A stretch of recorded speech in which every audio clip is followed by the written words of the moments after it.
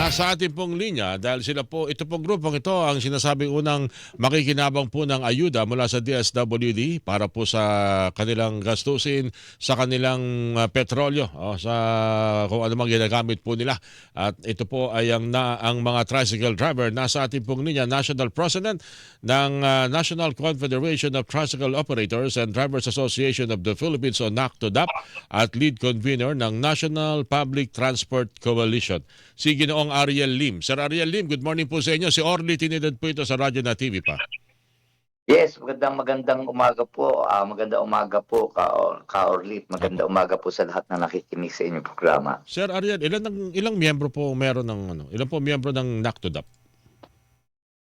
Kami po migit kumulang po 2 milyon. Sa Almost driver po. Opo, at 2 million. operator po.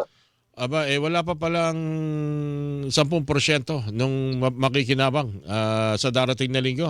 Tama ho ba yun, Sir Ariel? Tama po kayo. Yun po ay kung talagang bibilangin natin lahat ng tumatakbo po na tricycle sa lansangan ng Pilipinas, no? Mm. Pero anyway, first, una pala naman ito, batay po sa pahay ng DSWD, malaking tulong po ito, kung tutuusin, Sir Ariel, na 5,000 piso para ho dito muna sa Metro Manila. Pero ano ho bang sentimiento ng inyong mga miyembro? Lalo na mula nang nagtaas ang karamihan po dito, gasolina po, unleaded po eh. Tama ba, Sir Ariel, ang ginagamit eh? Tama po kayo, unleaded po ang ginagamit natin. Ang sentimiento po namin napakatagal naming nagtitiis ng talagang sobrang ng gasolina, no? Kasi kami rin po yung mga biktima ng hindi nakakuha ng ayuda ng mga nakaraan, Mhm. yung mga pandemic, no? Talaga pong medyo ngayon po ay talagang sobrang hirap ng inabot namin ito, lalo na itong 2 araw na magkakasunod po. Mm. Kaya malaking bagay po kayo talagang inuna. Opo, kaya nga po kami natuwa dahil kami po yung unang pag-usapan ng DSWD, kaya nagpapasalamat din po ako sa DSWD at sa mga local mayors na at least ngayon po kahit papaano talagang binigyan kami ng pansin. Mhm. Okay, sa inyong nasabi niyo nga kanina nasa 2 milyon na mga miyembro. Itong 5,000, okay naman na siguro to sa inyo, ano po?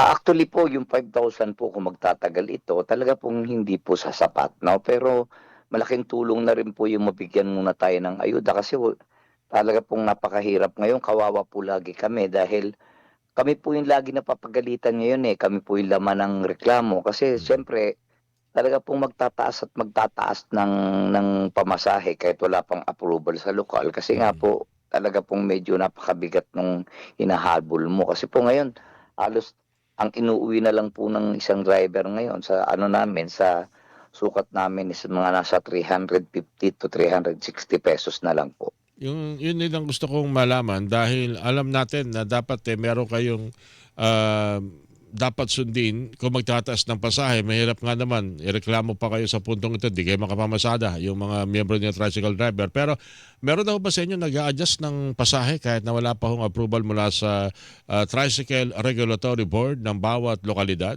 munisipalidad o lungsod man yan, Sir Ariel? Wala talaga pong meron po, aminin ko po nung palang mga nakaraang linggo May marami na nag-adjust po na. reklamo kaya nga Mm. lagi ako nananawagan po hanggang sa media na kung maaari pinanawagan na 'wag naman sanang gawin ng ating mga kasamahan kasi siyempre po hindi rin natin masisisi magreklamo yung mga tao kasi wala rin po naman pangkitang dagdag yung mga yon, 'no, yung aming mga mananakay kaya po medyo talagang sobra po ang reklamo especially na po sa mga probinsya kasi ang taas po ng presyo sa probinsya, mas mahal pa po kaysa sa Metro Manila. Tama po. Tapos sa probinsya, pwedeng dati kasi pwedeng maraming sakay ng isang tricycle. Pero meron pa lang talaga nilimitahan na rin ano, ng dalawa lang sa loob o tatlo sa likod isa. Opo, napakahigpit Kaya po malaking talaga bagay po ngayon. 'yun sa bilang ng pasaherong pwede niyong maisakay kada biyahe. Opo, ang sakay po talaga namin ngayon, pinapayagan na lang po, 2 po sa loob at isa pong sabit sa likod, 'no, sa likod ng Back driver. ride. Maliban na lang po sa ibang lugar meron kami tinatawag na rela, yung pong parang jeep, 'no, na mahaba, 'no, 'yan po iba naman po yung category din 'yan sa sa aming mga Mm. rehistro. So par wala namang kayo naririnig na tulad ng ilan sa mga bumiyahe yung pampaserong jeepney na parang ayaw mo nang bumiyahe dahil Ay, baka hindi rin sila kumita, hindi makapag-boundary, abonado pa.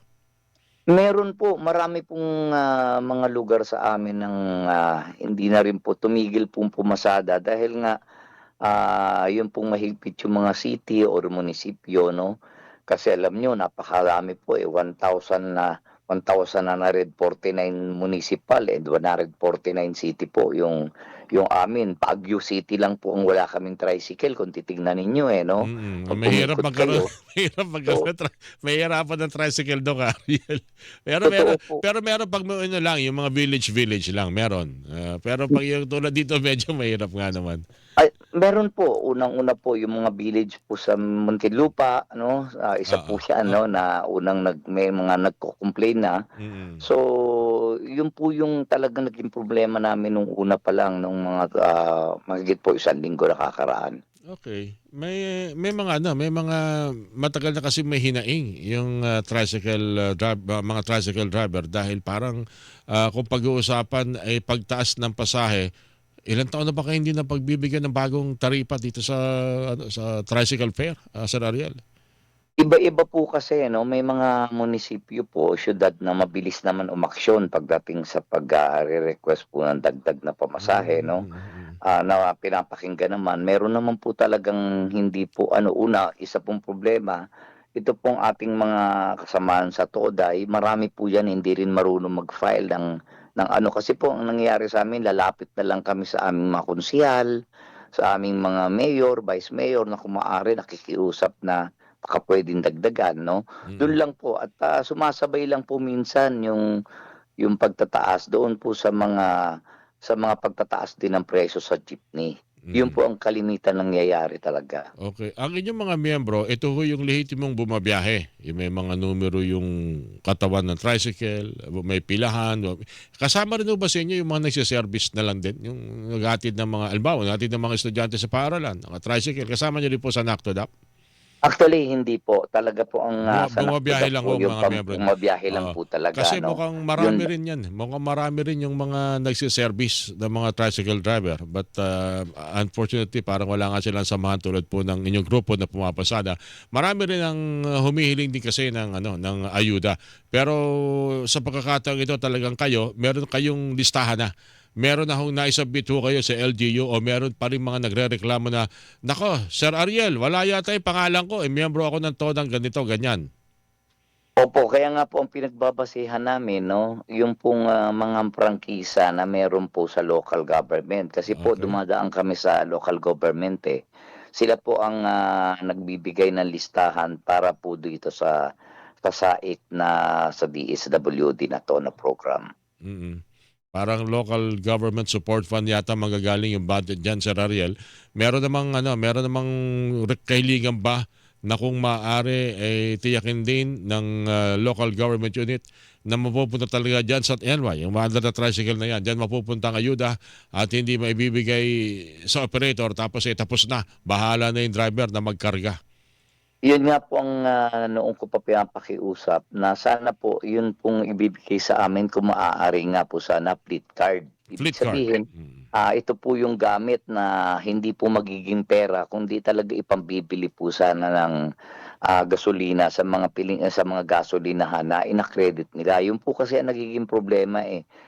Meron pong mga hindi nakakatanggap po ng SAIC na hindi po sila nakaagamit kasi ibinigay po sa tao. So, ibig Mm. sabihin yung driver po kasi ang isang motorsiklo po, isang tricycle, minsan po dalawa yung driver niyan. Mm. So, yan po yung nagiging problema, may bumabiyahe po na na hindi niya nagamit yung ano o hindi napunta sa kanya dahil napunta po sa operator, hindi na maibinigay na operator sa mga driver, may gano'n po.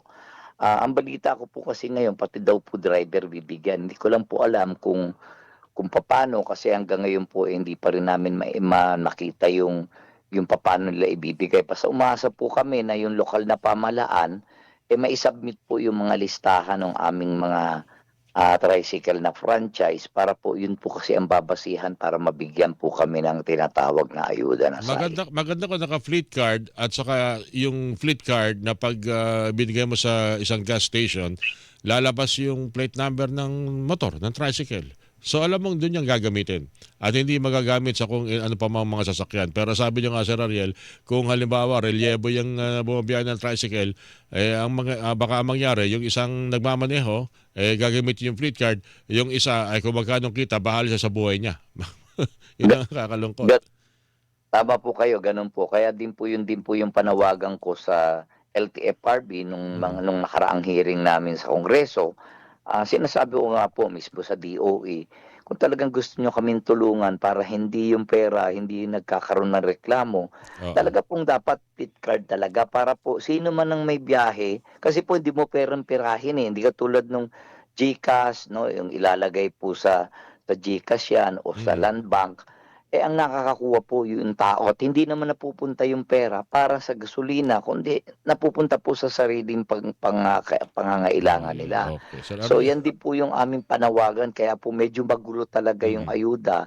Ganito ganito rin po kasi noon sa nagsimula Mm. nung po tayo ay may pandemic. Okay, Sir Ariel, ako'y nagpapasalamat. Makikikumusta uli kami sa inyo, lalo na sa mga suki natin, mga tricycle and driver and operator. Thank you, sir, sa ulitin po. Salamat po sa inyo. Maraming salamat po, Orly. Maraming salamat po. National President ng Confederation of Tricycle Operator and Drivers Association of the Philippines o NACTODA. Panginoon po napakinggan si Ginoong Ariel Lim, mga kapuso!